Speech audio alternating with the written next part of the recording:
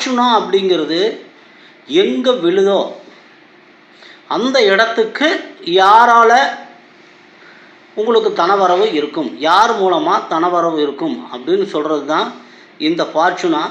இந்த ஃபார்ச்சுனாவை எப்படி நம்ம கண்டுபிடிக்கிறது அப்படின்னா, ரொம்ப ஒரு எளிமையான கணக்கு தான். இதுக்காக நீங்கள் ஒன்றும் பயப்படவெல்லாம் வேணாம், பாருங்கள், ரொம்ப ஈஸியாக தான் இருக்கும்.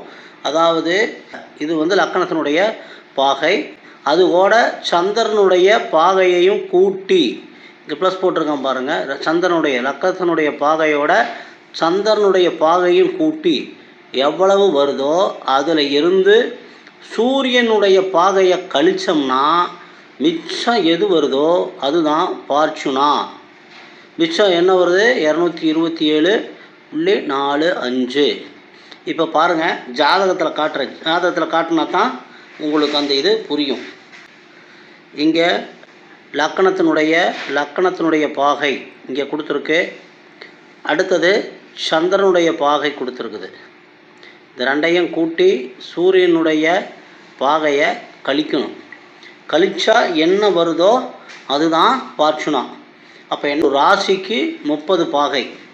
அப்போ 1 2 3 4 5 6 7 7 ராசிக்கு 210 பாகை போயிடுச்சு. மிச்சம் 17 பாகை இருக்குது. ஒரு நட்சத்திர பாதத்துக்கும் 3 பாகை 20 கலை. அப்போ இந்த விருச்சிக ராசியில் 17.45 அப்படிங்கிறது எத்தனை பாதம் கடந்து வருது? இங்கே விசாகம் 4ங்கிற ஒரு பாதம் இருக்குது. அதுக்கு அடுத்தது அனுசம் 1 2 3 4, இங்கே 5 பாதம். 3 15 முடிஞ்சு அடுத்தது கேட்டை 1 2 3 4 வரதில் கேட்டை 1வது பாதத்தில் இந்த ஃபார்ச்சுனா அமைஞ்சிருக்குது.